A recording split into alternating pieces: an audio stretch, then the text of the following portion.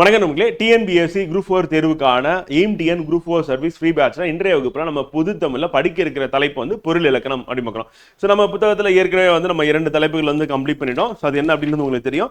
எழுத்து இலக்கணம் சொல் இலக்கணம் முடிச்சிட்டோம். அடுத்து நம்ம படிக்க இருக்க பொருள் இலக்கணம். பொருள் இலக்கணம் வந்து பக்க எண் வந்து 37 வந்து இருக்கு. பேஜ் நம்பர் 37 எடுத்துக்கோங்க.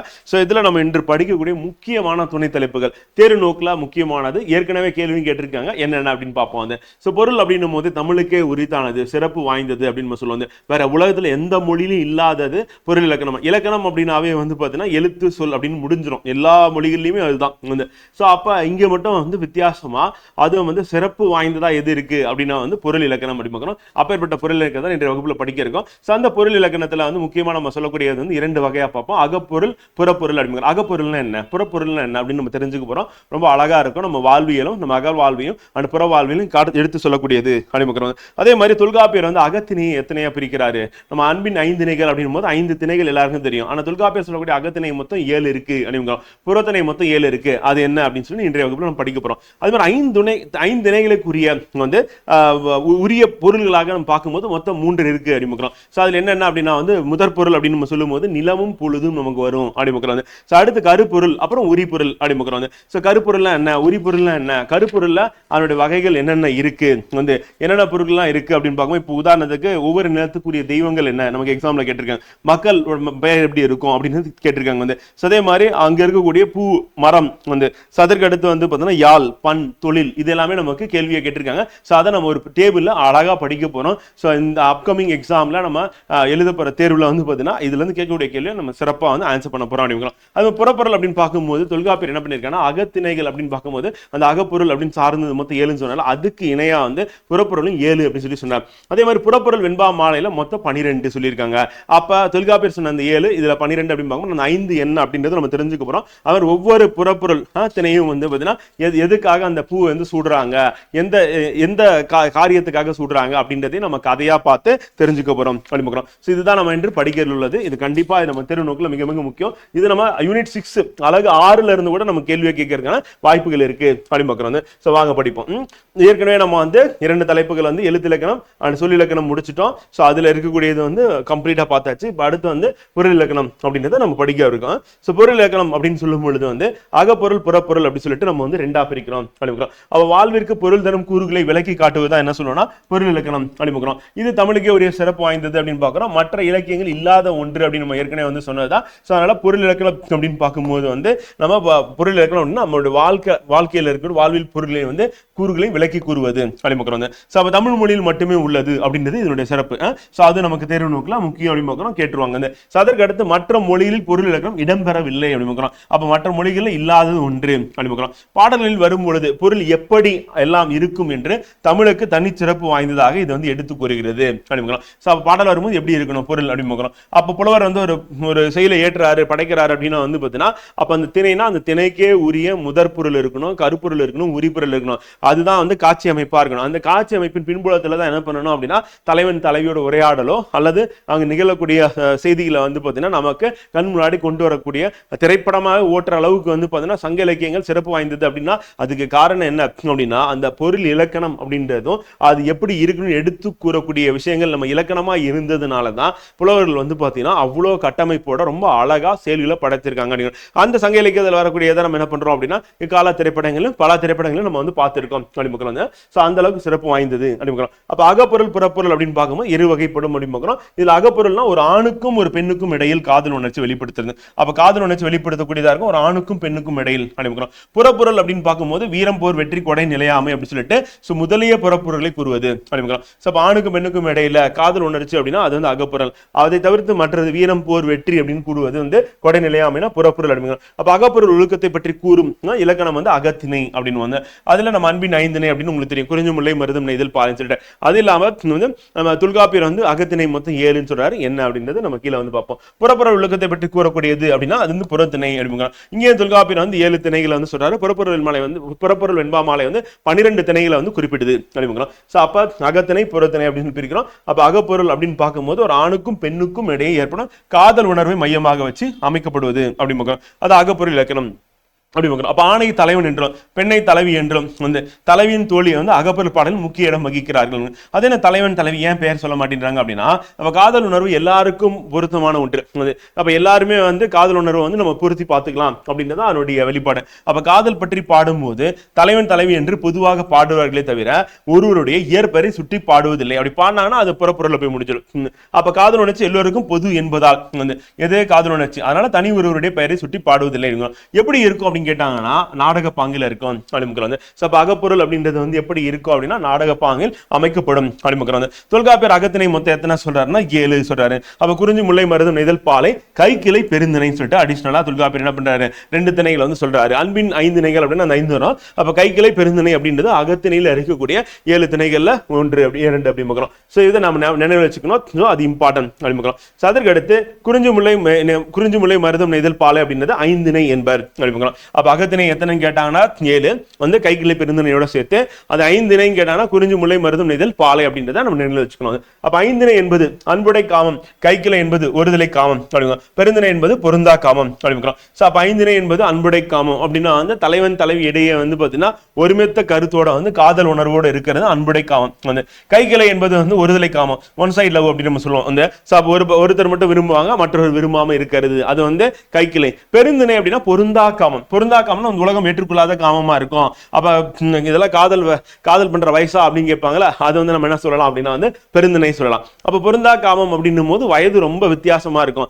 ஆணுக்கோ பெண்ணுக்கோ வந்து பாத்தீங்கன்னா வயது வித்தியாசம் அதிகமா இருக்கு, அவர்களிடையே காதல் அப்படின்னு இருந்ததுன்னா அது வந்து பொருந்தா காமம் என்று குறிப்பிடுவார் அடிமகன். இவற்றில் கைக்கிளை குறித்தும் பெருந்திணை குறித்தும் மிகுதியாக பாடவில்லை அடிமகன். ஏன்னா பலர் வந்து பாத்தீங்கன்னா இதுக்கு உடன்பட மாட்டாங்க. அதனால வந்து மக்கள் வாழ்வியல நம்ம வந்து அகவாழ்வியல படம் எடுத்து காட்டும் போது அந்த 5 திணை குறித்து தான் பல்வேறு புலவர்கள் வந்து பாடியிருக்காங்க அப்படி இலக்கண ஆசிரியர்களும் இலக்கணம் சொல்லவில்லை அப்படி. அப்ப இதுக்கு இலக்கணத்தை வந்து அவங்க சொல்லவே இல்லை. அப்ப அன்பின் 5 திணைக்கு சொல்லியிருக்காங்க. ஆனா அகத்திணைகள் அப்படின்னு பார்க்கும்போது அக வாழ்வியல் பற்றி சொல்லக்கூடியது 7 திணைகளா இருக்கு. அதுல நம்ம அன்பின் 5 திணைகளும் அடுத்து கைக்கிளை பெருந்திணை சொல்லிட்டு இது எல்லாமே நம்ம அகத்திணைகள் வருது. 5 திணைகளுக்குரிய பொருள் அப்படின்னு எடுக்கும்போது மொத்தம் 3 இருக்கு அப்படிங்கிறோம். அது என்னப்பா அப்படின்னா முதற்பொருள், கருப்பொருள், உரிப்பொருள் சொல்லிட்டு மொத்தம் 3 வகையா பிரிக்கிறோம். முதற்பொருள்லாம் என்ன அப்படின்னு பாத்தீங்கன்னா நிலமும் பொழுதும் அப்படிங்கிறோம். அப்ப பொழுது அப்படின்னு பார்க்கும்போது சிறும்பொழுது பெரும்பொழுது அப்படின்னு நம்ம வந்து அதை வகைப்படுத்துவோம். வந்து நிலம் அப்படின்னும் போது உங்களுக்கு தெரிஞ்சதா வந்து இப்ப குறிஞ்சி அப்படின்னு நம்ம சொல்லும் போது மலையும் சார்ந்த இடமும், வந்து முல்லை அப்படின்னும் போது வந்து காடும் சார்ந்த இடமும், வந்து மருதம்னா வயலும் சார்ந்த இடம், நெய்தல்னா கடலும் சார்ந்த இடம், பாலை அப்படின்னும் போது வந்து பாத்தீங்கன்னா சுரமும் சார்ந்த இடம் அல்லது மணலும் சார்ந்த இடம் அப்படின்னு சொல்லலாம். சோ அப்ப பாலை நிலம் அப்படின்னும் போது மணல் சார்ந்த இடமும் அப்படின்னு சொல்லி நம்ம சொல்லலாம், அல்லது சுரம் சார்ந்த இடம் அப்படின்னு சொல்லலாம். சோ அப்ப 5 வகை நிலங்கள் அப்படின்னு நம்ம குறிப்பிடும் போது நமக்கு குறிஞ்சி முல்லை மருதம் நெய்தல் பாலை சொல்லிட்டு வந்து மொத்தம் 5 வகை நிலங்கள் இருக்கு. இது நம்ம தேர்வு நோக்கில் மிக மிக முக்கியம் அப்படி பார்க்கிறோம். ஏற்கனவே நமக்கு கேட்டிருக்காங்க அப்படி பார்க்கிறோம். சோ அதனால கண்டிப்பா இதை நம்ம நினைவில் வச்சுக்கணும் அப்படி பார்க்கிறோம். வந்து அடுத்து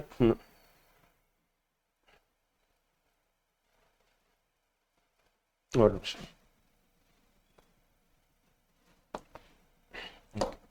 நெக்ஸ்ட் வந்து பாத்தீங்கன்னா பெரும்பொழுது அப்படின்னு பார்க்கும்போது ஒரு ஆண்டில் மொத்தம் எத்தனை இருக்கும் அப்படின்னா 6 கூறுகளா பிரிக்கிறோம் அப்படிங்கிறோம். அப்ப நம்ம வந்து ஃபர்ஸ்ட் நிலம் பார்த்தாச்சு. வந்து அடுத்து பொழுது அப்படின்னு பார்க்கும்போது பெரும்பொழுது சிறுபொழுது அப்படின்னு சொல்லிட்டு நம்ம 2ஆ வகைப்படுத்தோம். பெரும்பொழுது அப்படின்னா ஒரு ஆண்டில் மொத்தம் எத்தனை கூறுகள் இருக்குன்னா 6 கூறுகளா வந்து இருக்கும் அப்படிங்கிறோம். அப்ப அந்த 6 கூறுகள் அப்படின்றது என்ன அப்படின்னா வந்து இப்ப கார்காலம் அப்படின்னும் போது ஆவணி புரட்டாசி அப்படின்னு வந்து அப்ப கார்காலம் மழைக்காலம் எப்ப இருக்கும் அப்படின்னா வந்து ஆவணி புரட்டாசி மாதங்கள் வந்து நம்ம மழைக்காலம் அப்படின்னு சொல்லுவோம். வந்து ரொம்ப லைட்டா இருக்கு. ஆவணி புரட்டாசி அப்படிங்கிறோம். அதுக்கு அடுத்து வந்து பாத்தீங்கன்னா நம்ம குளிர்காலம் அப்படின்னும் போது குளிர்காலம் எப்ப ஐப்பசி கார்த்திகை. இப்ப ஆவணி மாதம் அப்படின்னு நம்ம சொல்லும் போது வந்து ஆடிக்கு அடுத்து ஆவணி வரும். அப்ப நம்ம எந்த மாதம் அப்படின்னா ஆகஸ்ட் செப்டம்பர் அப்படின்றத வந்து ஆவணி மாதம் வந்து. ஆவணி மாதம் அப்படின்னா நமக்கு ஆகஸ்ட்ல ஆரம்பிச்சு செப்டம்பர்ல இருந்து முடியும் அப்படிங்கிறோம். அப்ப ஆகஸ்ட் அதுக்கப்புறம் செப்டம்பர் அப்படிங்கிற ஆவணி மாதம் வந்து. புரட்டாசி அப்படின்னும் போது வந்து செப்டம்பர் அக்டோபர் அப்படின்னு அதான் புரட்டாசி மாதம் அப்படிங்கிறோம். அடுத்து குளிர்காலம் அப்படின்னும் போது நமக்கு நவம்பர் ஐப்பசி மாதம் அப்படின்னு எடுத்துட்டோம் அப்படின்னா அது வந்து நவம்பர்ல ஆரம்பிக்கும், அப்புறம் டிசம்பர்ல முடியும். வந்து கார்த்திகை அப்படின்னும் போது நமக்கு வந்து டிசம்பர்ல ஆரம்பிச்சு ஜனவரியில முடியும். வந்து அடுத்து மார்கழி அப்படின்னும் போது நமக்கு ஜனவரியில ஆரம்பிச்சு அடுத்து பிப்ரவரியில முடியும். தை அப்படின்றது வந்து பாத்தீங்கன்னா நமக்கு மாத்தினா இப்ப ஆகஸ்ட் செப்டம்பர் அடுத்து செப்டம்பர் அக்டோபர் வந்து புரட்டாசி அப்படின்றது வந்து அடுத்து அக்டோபர் நவம்பர் அக்டோபர் நவம்பர் வந்து. அதுக்கு அடுத்து வந்து பாத்தீங்கன்னா நவம்பர் டிசம்பர் வந்து.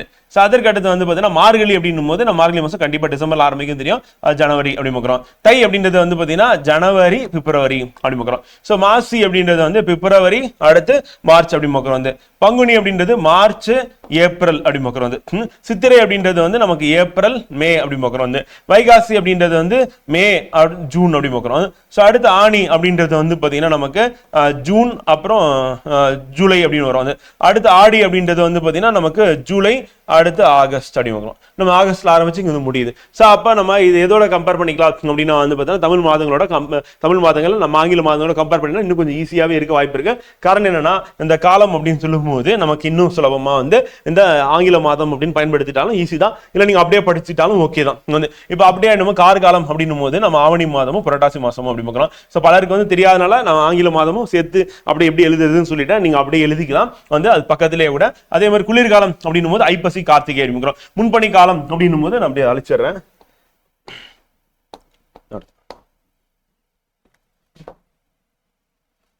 இது கொஞ்சம் இடைஞ்சலாவும் இருக்கு.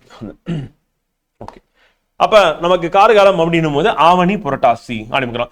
ஆவணி மாதம் அப்படின்னும் போது எங்க ஆரம்பிக்கும் அப்படின்னு வேணா நான் சொல்லிடுறேன். அப்ப ஆவணி மாதம் ஆரம்பிக்கிறது அப்படின்றது வந்து நமக்கு ஆகஸ்ட்ல ஸ்டார்ட் ஆகும். வந்து அதே புரட்டாசி அப்படின்னும் போது ஆகஸ்ட் செப்டம்பர் அக்டோபர்ல போயிட்டு நமக்கு முடிஞ்சிடும் ஆரம்பிக்கிறோம். ஸோ அப்போ அக்டோபர்ல முடியுது. வந்து அதுக்கு அடுத்து வந்து குளிர்காலம் அப்படின்னு எடுக்கும் போது வந்து நமக்கு ஐப்பசியில ஸ்டார்ட் ஆகுது. வந்து அப்ப அக்டோபர்ல நமக்கு ஸ்டார்ட் ஆகுது. வந்து எங்க போய் முடியுது அப்படின்னு பாத்தீங்கன்னா கார்த்திகையில போய் முடியுது. அப்ப அக்டோபர் நவம்பர் டிசம்பர் அப்படின்னு பாக்குறோம். வந்து அப்ப டிசம்பர்ல போயிட்டு நமக்கு முடிஞ்சிடும் அப்படின்னு பாக்குறோம். அதுக்கடுத்து முன்பனி காலம் அப்படின்னு மார்கழி அப்படின்னு நமக்கு ஆரம்பிக்கிறது டிசம்பர்ல ஆரம்பிக்கும்.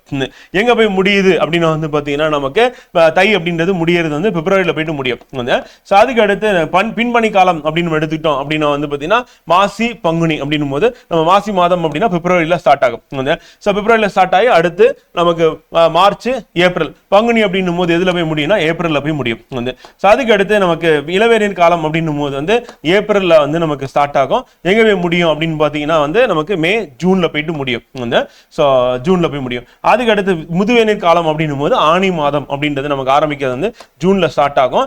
ஆரம்பிச்சு ஆடி அப்படின்னும் போது நமக்கு ஆகஸ்ட்ல போய் முடியும். நம்ம அந்த மாதத்துடைய நடுவுல மையப்பகுதியில தான் நமக்கு வந்து ஆரம்பிக்கிற மாதிரி இருக்கும். அதனால இப்படி போய் முடியுது அப்படின்னு இப்ப நம்ம இங்க சொல்லும் போது வந்து இப்ப முன்பனி அப்படின்னு பனிக்காலம் அப்படின்னு ஆரம்பிக்கிறது எங்கன்னா மார்கழியில ஸ்டார்ட் ஆகும், ஞாபகம் வச்சுக்கோங்க. அதே மாதிரி நமக்கு பின்பனி காலம் அப்படின்னும் போது மாசியில ஸ்டார்ட் ஆகும் அப்படின்னு ஞாபகம் வச்சுக்கோங்க. அடுத்து இளவேநீர் முதுவேநீர் அப்படின்னா சித்திரை மாசம் நம்ம ஆரம்பிக்கிறது ஏப்ரல் ஆரம்பிக்கும். ஆடி அப்படின்னும் போது வந்து நமக்கு ஆகஸ்ட் வரையும் கிட்டத்தட்ட வெயில் காலம் அப்படின்னு பாத்தீங்கன்னா அப்பதான் சூரியன் நமக்கு மேல போயிட்டு வந்துட்டு இருப்பாரு. வந்து அப்ப நம்ம 0 டிகிரி அப்படின்னும் போது அச்ச கோடு அப்படின்னு சொல்லுவோம். அந்த கோட்டுக்கு மேல சூரியன் பயணிக்கிறது அப்படின்றது எடுத்துட்டோம்னா மார்ச் மாசம் இங்க இருப்பாரு. அப்புறம் ஏப்ரல் வந்து அப்புறம் மே அப்புறம் ஜூன் இங்க போயிடுவார். திரும்பியும் ஜூலை வந்து அடுத்து ஆகஸ்ட் வந்து அடுத்து செப்டம்பர் இங்க வருவார். அப்ப சூரியனோட இந்த காலம் தான் நமக்கு என்ன ஆகுதுன்னா வெயில் காலமா இருக்கணும். அதனால நம்ம ஏப்ரல்ல இருந்து ஆரம்பிச்சு நம்ம ஆகஸ்ட் வரையும் வந்து பாத்தீங்கன்னா தமிழ்நாட்டில் நல்ல வெயில் இருக்கும். சோ அதுதான் வந்து குறிக்குது அப்படிங்கிறோம். சோ அதனால நமக்கு இளவேநீர் முதுவேநீர் அப்படின்னு பார்க்கும்போது நமக்கு ஆரம்பிச்சு ஆகஸ்ட்ல வந்து முடியுது அப்படிங்கிறோம். சோ சித்திரை வைகாசி ஆணி ஆடி அப்படிங்கிறோம். இப்ப கார்காலம்னா ஆவணி புரட்டாசி, வந்து குளிர்காலம்னா ஐப்பசி கார்த்திகை அப்படிங்கிறோம். அதே மாதிரி முன்பனி காலம் அப்படின்னா மார்கழி தை, பின்பனி காலம் அப்படின்னா மாசி பங்குனி, இளவேநீர் காலம் அப்படின்னா வந்து சித்திரை வைகாசி அப்படின்னு, முதுவேநீர் காலம்னா ஆணி ஆடி. அப்ப 2 மாதங்களா நம்ம அப்படியே காலங்கள் வந்து பெரும்பொழுதா நம்ம போட்டோம். ஒரு 6 வந்து மொத்தம் 6 வந்து பிரிக்கிறோம். இது மாதங்கள், இது வந்து பெரும்பொழுது அப்படின்னு நம்ம சொல்றோம். இது நமக்கு தேர்வு நோக்கில் இம்பார்ட்டன்ட் அப்படின்னு பார்க்கிறோம். அதுக்கு அடுத்து நெக்ஸ்ட் சிறுபொழுது அப்படின்னு எடுக்கும்போது வந்து ஒரு நாளின் 6 கூறுகளா வந்து இருக்கு அப்படின்னு எப்படி இருக்கு அப்படின்னு பாத்தீங்கன்னா இப்ப காலை 6 மணி முதல் 10 மணி வரை நம்ம காலைன்னு சொல்லுவோம். வந்து நண்பகல் அப்படின்னும் போது 10ல இருந்து 2 மணி வரையும் சொல்லுவோம். அடுத்து இந்த ஏற்பாடு தான் நமக்கு புதுசா இருக்கும். அந்த ஏற்பாடு அப்படின்றது என்னன்னா 2ல இருந்து 6 மணி வரையும் அப்படின்னு இதை நீங்க கெஸ் பண்ண முடியாது. அது மாலை அப்படின்னும் போது உங்களுக்கு பிரச்சனை இருக்காது. ஆனா முடிகிற நேரம் தான் வந்து மாலையான்னு கேட்பீங்க. அந்த மாலை அப்படின்னா ஆரம்பிக்கிற என்ன டைம் 6 மணிக்கு ஆரம்பிக்குது. ஆனா முடியறது எப்ப முடியுது? 10 மணிக்கு முடியுது. சோ அப்ப அது மாலையான்னு கேட்க கூடாது. அப்ப மாலை அது வரையும் போகுது அப்படின்னு முடிவு பண்ணிக்க வேண்டியதான். அடுத்து யாமம் அப்படின்னும் போது நைட்டு, அப்ப இதை அக்செப்ட் பண்ணிப்பீங்க. யாமம் 10 மணிக்கு ஸ்டார்ட் ஆகுது, அது நள்ளிரவு 2 மணி வரை அப்படி. அடுத்து வைகறை அப்படின்னா வந்து பாத்தீங்கன்னா 2 மணி அடுத்த நாளே ஸ்டார்ட் ஆயிருது, காலை 6 மணி வரையும். இப்ப இதுல உங்களுக்கு குழப்பம் எதுல வரும் அப்படின்னா அந்த ஏற்பாடு அப்படின்றது மறந்துடுவீங்க. மற்றபடி காலை 6ல இருந்து 10 அக்செப்ட் பண்ணிக்கிறேன். அடுத்து நண்பகல் 10ல இருந்து 2 அது அக்செப்ட் பண்ணிக்கிறேன். 2ல இருந்து 6 ஏற்பாடு, அங்கதான் குழப்பம் வரும். மாலை 6 மணி ஓகே, 10 மணி முடியுதா ஓகே, 10 மணிக்கு முடிஞ்சிருது. அடுத்து நமக்கு நைட்டு யாமம் அப்படின்னு அப்படின்னும் போது நம்ம நடுஜாமம் அப்படின்னு நம்ம சொல்லுவோம். அப்ப நடுஜாமம்னா 12 மணி அர்த்தம். அப்ப யாமம் அப்படின்னு நடுஜாமம் அப்படின்னும் போது நம்ம என்னன்னா அந்த யாமத்துல நடுவுல இருக்கிறது அப்படின்னு. அப்ப ஸ்டார்ட் பண்றது எங்க 10 மணி, முடியறது எங்க 2 மணி. அப்ப நடுவுல அப்படின்னும் போது என்னன்னா 12 மணி அப்படின்னு வச்சுக்கலாமா? அப்ப 12 மணினா நடுசாமத்துல அப்படின்னு நம்ம சொல்றோம். அப்ப யாமம் அப்படின்னா நைட்டு 10ல இருந்து 2 மணி வரும். வைகரை அப்படின்னா வந்து என்னன்னா 2ல இருந்து ஆரம்பிச்சு காலையில 6 மணி வரைக்கும் அப்படின்னு. இந்த இடத்துல கன்ஃபியூஸ் ஆயிடும். 4 மணிலாம் யோசிங்க, 2 மணிக்கு ஸ்டார்ட் ஆகுது, 6 மணில முடிஞ்சிருது. காலைனா 6 மணில இருந்து 10 மணி வரை அப்படின்னு பார்க்கிறோம். இது வந்து நம்ம என்ன சொல்லலாம், சிறு பொழுது. அப்ப இதையும் ஒரு நாள் எத்தனை பிரிக்கணும், 6ஆ பிரிக்கிறோம் அப்படின்னு. அங்க எப்படி நம்ம வந்து பாத்தீங்கன்னா பிரிச்சோமோ அதே மாதிரிதான் நம்ம இங்க என்ன பண்ணோம்னா 6 சிறு பொழுதுகளா நம்ம பிரிச்சிருக்கோம் அப்படின்னு. அடுத்து கருப்பொருளுக்கு முன்னாடி உரிப்பொருள் பார்த்தோம். உரிப்பொருள் அப்படின்னு எடுக்கும்போது வந்து உரித்தான பொருளை குறிஞ்சினா என்ன பண்ணுவாங்க அப்படின்னா புணர்தல் நிமித்தமும் அப்படின்னு. அப்ப தலைவன் தலைவி தனிமையில சந்திக்கிறது அப்படின்றத குறிஞ்சி. அப்ப குறிஞ்சில தலைவி தனிமையில சந்திக்கிறாங்க. எந்த பொழுதுல சந்திப்பாங்க அப்படின்னு பாத்தீங்கன்னா யாமத்துல. அப்ப இரவு நேரத்துல யாருக்குமே தெரியாம தலைவன் தலைவி காதல் வயப்பட்டு சந்திக்கக்கூடியது குறிஞ்சி நிலத்துல. அதான் புணர்தல் நிமித்தம். முல்லை நிலம் அப்படின்னு எடுக்கும்போது வந்து பாத்தீங்கன்னா இருத்தல் நிமித்தம் இருக்கிறதுனா முல்லை நிலத்துல வந்து என்ன பண்ணுவாங்கன்னா தலைவன் பொருள் தேடி பிரிஞ்சு போயிடுவான் வந்து. அப்ப மாலை பொழுது வந்துடும். கார்காலமும் அதுக்கு உரித்த காலமா வந்து முல்லை பொழுது இருக்கும். அப்ப கார்காலம் மாலை பொழுது அப்படின்னும் போது வந்து மலர்கள்லாம் பூத்து குலுங்கிட்டு இருக்கும், மழை பெஞ்சிட்டு இருக்கும், மழை ஸ்டார்ட் ஆயிடும். ஆனா தலைவன் என்ன சொல்லுவான், கார்காலத்துக்கு முன்னாடி நான் வந்துடுறேன்னு சொல்லிட்டு போயிருப்பான், ஆனா வரமாட்டான். அப்ப தலைவி என்ன சொல்லுவா அப்படின்னா அந்த கார்காலம் வந்து கார்காலமே கிடையாதுன்னு சொல்லிடுவான் வந்து. அப்ப என் தலைவன் வந்து உண்மையதான் சொல்லுவான் வந்து, அவன் கார்காலத்துக்கு முன்னாடி வந்துடுவான் அப்படின்னு சொல்லிட்டு தலைவன் மீது கொண்ட அன்பினாலும் காதல் பெருக்கத்தினால என்ன பண்ணா அந்த மாதிரி சொல்லக்கூடிய மாதிரி காட்சி அமைச்சிருப்பாங்க. அப்ப இருத்தல் நிமித்தம் இருத்தலும் இருக்கிறது, தலைவனுக்காக இருக்கிறது. அப்ப முல்லை நிலம் அப்படின்னு பாத்தீங்கன்னா காலம் பாருங்க, பெரும்பொழுது கார்காலம் அப்படிங்கிறோம். அதே வந்து சிறு பொழுது எப்படின்னா மாலை நேரத்துல அப்படிங்கிறோம். அப்ப பிரிவு துயரம் எப்ப அதிகமாயிடும் அப்படின்னா வந்து மாலை நேரத்துல தலைவனோட பிரிவு அப்படின்றது தாங்க முடியாது அப்படிங்கிறோம். மருதம் அப்படின்னு பார்க்கும்போது ஊடலும் மூடல் நிமித்தமும் அப்படிங்கிறோம். ஊடல் அப்படின்னா தலைவன் என்ன பண்ணா பிரிஞ்சு போயிட்டு அந்த பரத்தேர் ஒழுக்கம் அப்படின்னு சொல்லிட்டு என்ன பண்ணுவோம்னா சேரிக்கு போயிட்டு பரத்தேரோட தங்கி இருந்து அடுத்த நாள் காலையில வந்து கதவு தட்டுவோம். தலைவி கதவு திறக்க மாட்டாங்க. அப்ப தலைவன் கெஞ்சி தலைவி காலெல்லாம் விழுந்து என்ன பண்ணுவா அப்படின்னா கதவை திறந்து 2 திட்டி உள்ள அனுப்பிடுவாங்க. அதுக்கப்புறம் தலைவி சொல்ற மாதிரி உட்காரு, ஏந்திரு, நில்லு, அங்க போ, எங்க வா அப்படின்னு சொல்லி தலைவி போட்டு மிரட்டிட்டு இருப்பாங்க. இந்த மாதிரி எல்லாம் காட்சியை வந்து அப்படியே சங்க இலக்கியங்கள் வந்து நம்ம கண்ணுக்கு முன்னாடி மருது நிலத்துல தலைவன் தலைவிக்கு இடையே நடக்கக்கூடிய அந்த ஊடலை வந்து ரொம்ப அழகா படம் பிடித்து காட்டுவாங்க அப்படின்னு. அப்புறம் இந்த பரத்தேர் ஒழுக்கத்துல வந்து பாத்தீங்கன்னா அவங்க வந்து என்ன பண்ணுவாங்கன்னா இந்த மாதிரி நான் வந்து என்னது குழந்தை அவ வந்து குழந்தை பெற்றவ, அவ வந்து பார்த்தா இளமை இல்லாதவ தலைவி, நான் வந்து இளமையானவ அப்படின்னு சொல்லிட்டு சொல்லி கம்பேர் பண்ணி தலைவன் எப்படி இருக்கான் பாரு, என் வீட்டுல இருக்கும்போது நான் சொன்ன வேலையெல்லாம் செஞ்சான், இப்ப அவன் வீட்டுக்கு போனதுக்கு அப்புறம் அவன் தலைவி சொல்ற வேலையெல்லாம் செய்யறான் அப்படின்னு சொல்லிட்டு எள்ளி நகையாடும் வகையில வந்து காட்சி அமைச்சிருப்பான். சோ அந்த அளவுக்கு வந்து பாத்தீங்கன்னா மருது நிலம் அப்படின்றது வந்து பாத்தீங்கன்னா நமக்கு சங்ககால புலவர்கள் கையாண்ட விதம் அப்படின்னு சிறப்பா வந்து இருக்கும். மருது நிலம் அப்படின்னா ஊடலும் மூடல் நிமித்தமும் அப்படின்னு அது கோச்சுக்கிறது அப்படிமுகம். மருது நிலத்துக்கு உரித்தான சிறு பொழுது என்ன அப்படின்னா வைகரை.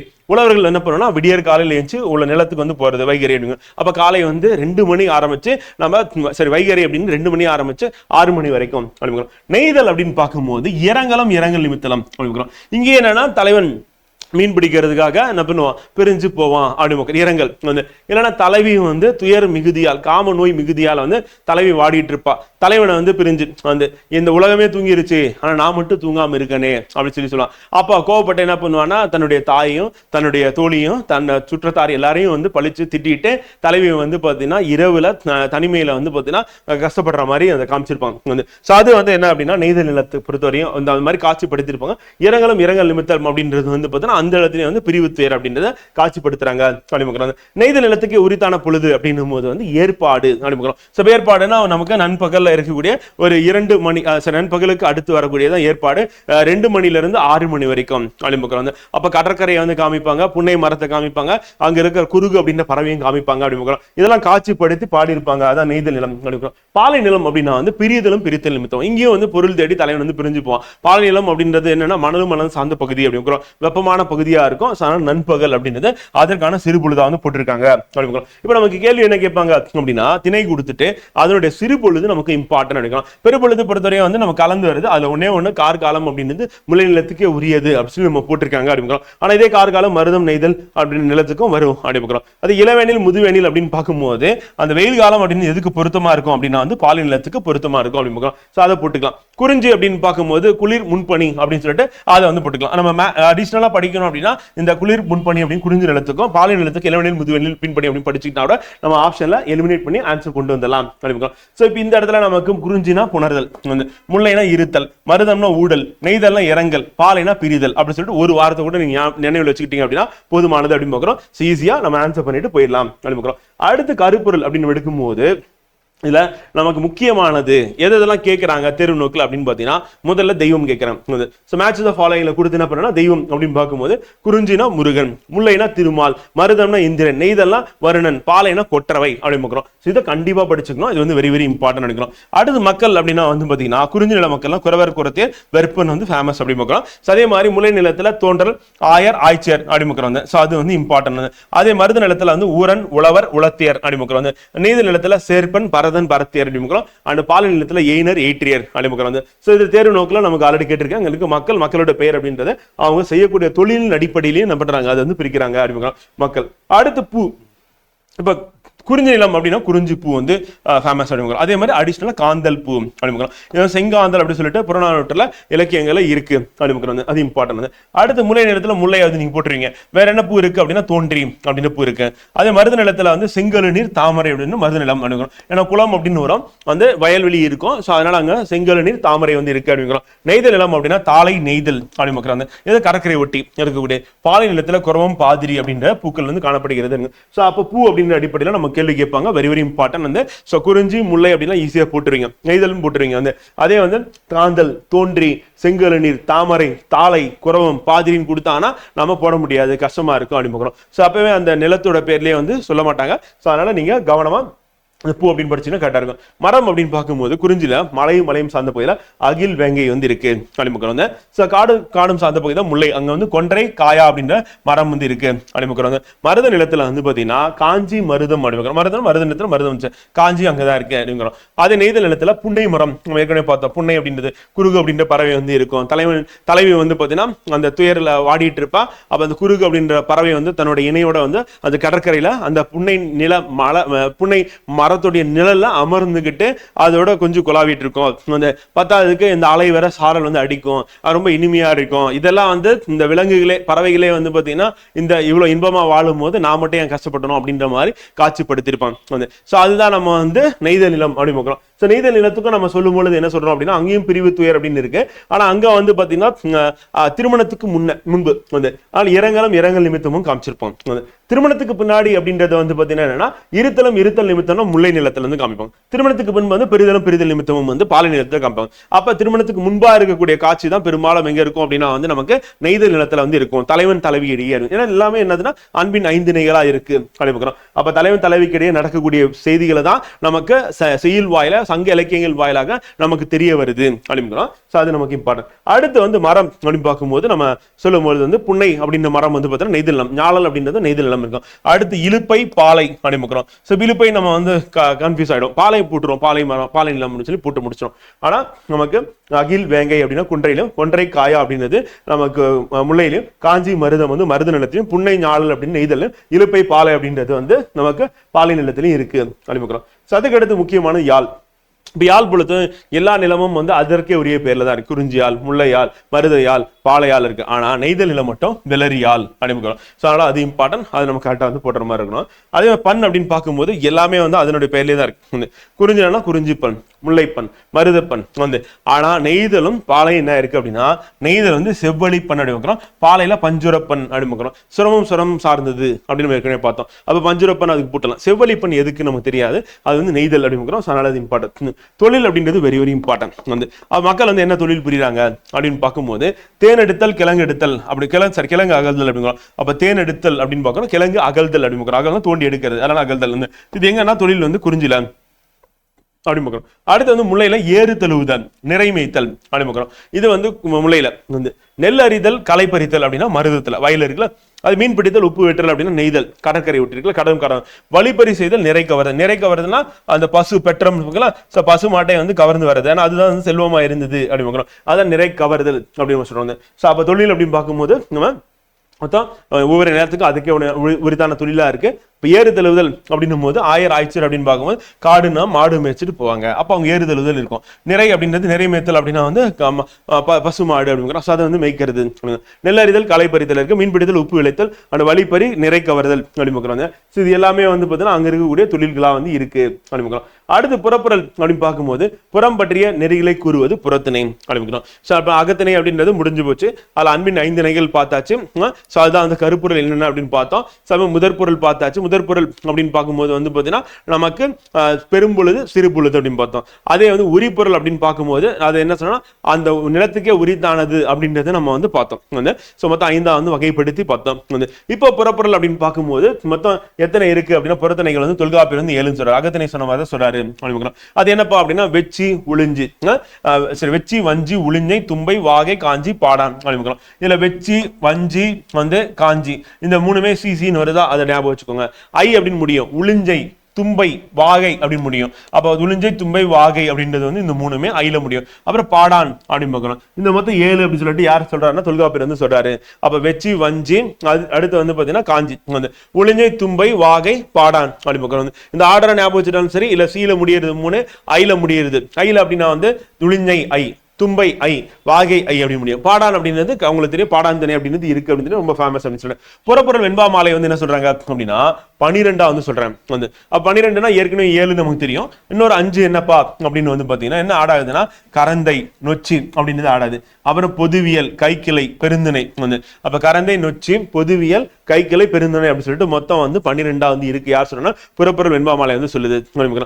திணையின் கூறு தான் வந்து துறையா வந்து இருக்கும். துறை வந்து சங்ககால பாடல்கள் வந்து வெளிப்படுத்தி. அப்ப வாழ்க்கைக்கு துணை புரியும் கல்வி செல்வம் புகழ் வீரம் அரசியல் முதலிய வந்து பொருள்களை பற்றி பாடுவது அப்படிமுகம். அதுதான் வந்து புறத்தனியா வந்து இருக்கு அப்படி. என்ன கிடையாதுன்னா காதல் பத்தி இங்க பட மாட்டாங்க, அக வாழ்வியலை பத்தி பட மாட்டாங்க அப்படிமுகம். அப்ப அகப்பொருள் அப்படின்னா வாழ்வியலா இருக்கும், புறப்பொருள் அப்படின்னா உலகியல் இருக்கும். அப்ப உலகியல் எதை சொல்றோம், வாழ்வியல் எதை சொல்றோம்னு கேட்பாங்க. கேட்டாங்கன்னா வாழ்வியலை குறிச்சுன்னா அது வந்து அகப்பொருள் அப்படிங்கிற. அது 5 நிகழ்வு பார்க்கிறோம். இல்லைன்னா 5 மொத்தம் அகத்திணைகள் 7 அப்படின்னு பார்க்கிறோம். புறப்பொருள் அப்படின்னும் போது வந்து தொல்காப்பியர் சொன்ன புறத்திணைகள் மொத்தம் 7 அப்படின்னு பார்க்கிறோம். இல்ல புறப்பொருள் வெண்மலை சொன்னா 12 இருக்கும்.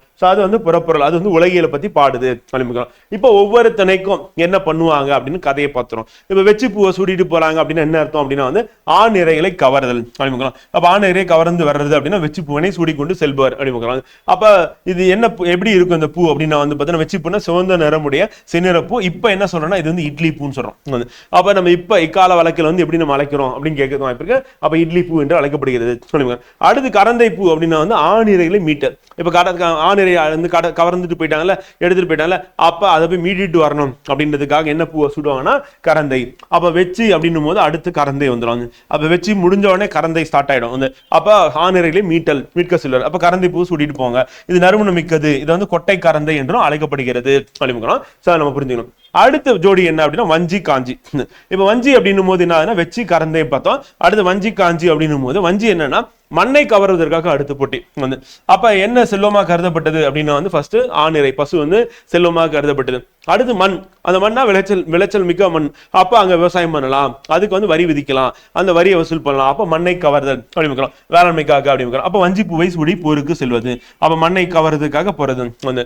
அப்ப அதை எதிர்த்து போரிட்டாங்க அப்படின்னா அப்ப வந்து காஞ்சி பூவை சொல்லணும். அப்ப வஞ்சினா வந்து மண்ணை கவர்றதுக்காக போறாங்க, அப்ப அது வஞ்சி வந்து. அதை காஞ்சி அப்படின்னா எதிர்த்து போரிடல் அப்படிங்கிறோம், அந்த மண்ணை காப்பாத்துறதுக்கு போரிடுறது அப்படிங்கிறோம். காஞ்சி அப்படின்றது அழகான மனம் உள்ள ஒரு வகை குறு மரம் அப்படிங்கிறோம். அப்ப காஞ்சி என்ன அப்படின்னா வந்து அழகான மனம் உள்ள வந்து ஒரு வகை குறுமரம் அப்படிங்கிறோம். அதுக்கு அடுத்து நொச்சி உளிஞ்சை வந்து.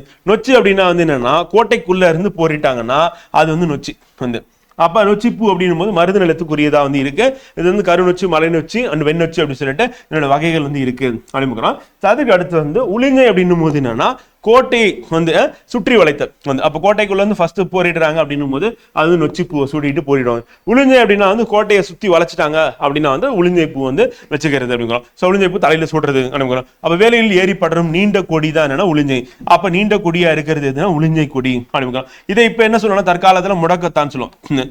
அப்ப முடக்கத்தான் என்று அழைக்கப்படுவது எது அப்படின்னு பார்த்தீங்கன்னா உளிஞ்சை பூ அப்படிங்கிறோம். அதுக்கு அடுத்து தும்பை அப்படின்றது வந்து என்னன்னா வந்து வலிமையே பெரியது அப்படின்னு சொல்லிட்டு என்ன பண்றாங்கன்னா போர்க்காலத்துல போர்க்களத்துல சண்டை போட்டாங்க அப்படின்னா தும்பைப்பூ வந்து. அப்ப அடுத்த ஜோடி அப்படின்னா தும்பை அப்படின்னும் போது நம்ம போர்க்களத்துல சண்டை போட்டாங்கன்னா தும்பைப்பூ சுட்டிட்டு சண்டை போடுவோம். வாகை அப்படின்றது என்னன்னா போர்க்களத்துல சண்டை போட்டதுக்கு அப்புறம் ஒருத்தர் ஜெயிப்பாங்கல்ல, அப்ப வெற்றி பெற்ற மன்னன் சூடுவது வாகைப்பூ அப்படின்னு.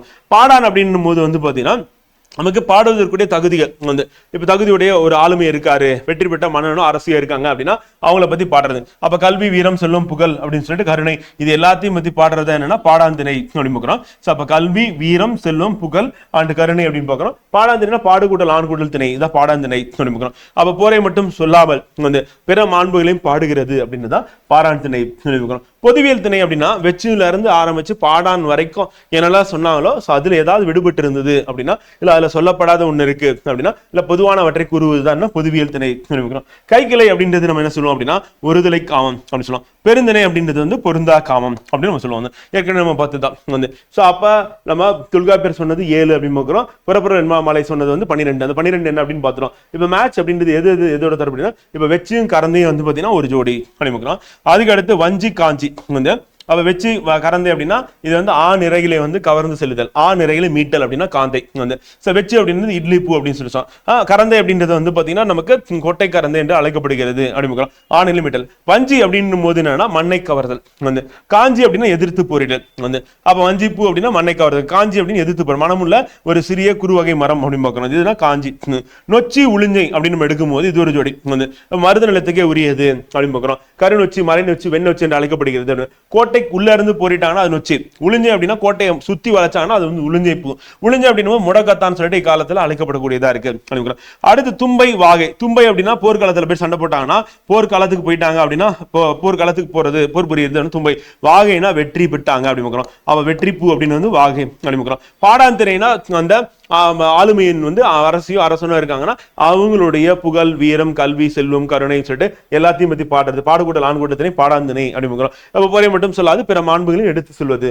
பொதுவியல் திணை அப்படின்னா வந்து நம்ம வெச்சில ஆரம்பிச்சு பாடான் வரைக்கும் நம்ம சொல்லப்பட்டதுல இல்லாதது இருந்ததுன்னா அது வந்து பொதுவியலா இருக்கு. கைக்கிளை அப்படின்றது ஒருதலை காமம், பெருந்திணை அப்படின்றது பொருந்தா காமத்தை குறிக்கக்கூடியதா இருக்கு அப்படின்னு. சோ இப்ப நமக்கு தெளிவா உங்களுக்கு புரிஞ்சிருக்கும்னு நினைக்கிறேன். சோ மொத்தம் எத்தனை திணைகளா வந்து இருக்கு அப்படின்னு பார்க்கும்போது 12 திணைகள் அப்படின்றது இருக்கு அப்படின்னு. சோ இன்றைய வகுப்புல வந்து பொருள் இலக்கணம் அப்படின்றத நம்ம இங்க நிறைவு செய்யறோம். சோ நாளைய வகுப்புல நம்ம என்ன சந்திக்க போறோம் அப்படின்னா வந்து யாப் இலக்கணம் அப்படின்னு பார்க்க போறோம். யாப் இலக்கணம் ரொம்ப முக்கியமானது. அது அடிப்படையில் நம்ம கேள்வியில் வந்து கேட்டிருக்காங்க. சோ அது வந்து நமக்கு ஃபார்முலா இருக்கு, இலக்கணம் தான். சோ அது இருக்கு. சோ அதை பேஸ் பண்ணி நம்ம எப்படி வந்து போடுறது அப்படின்றத வந்து பார்ப்போம். சோ அடுத்த வகுப்புல சந்திப்போம். நன்றி, வணக்கம்.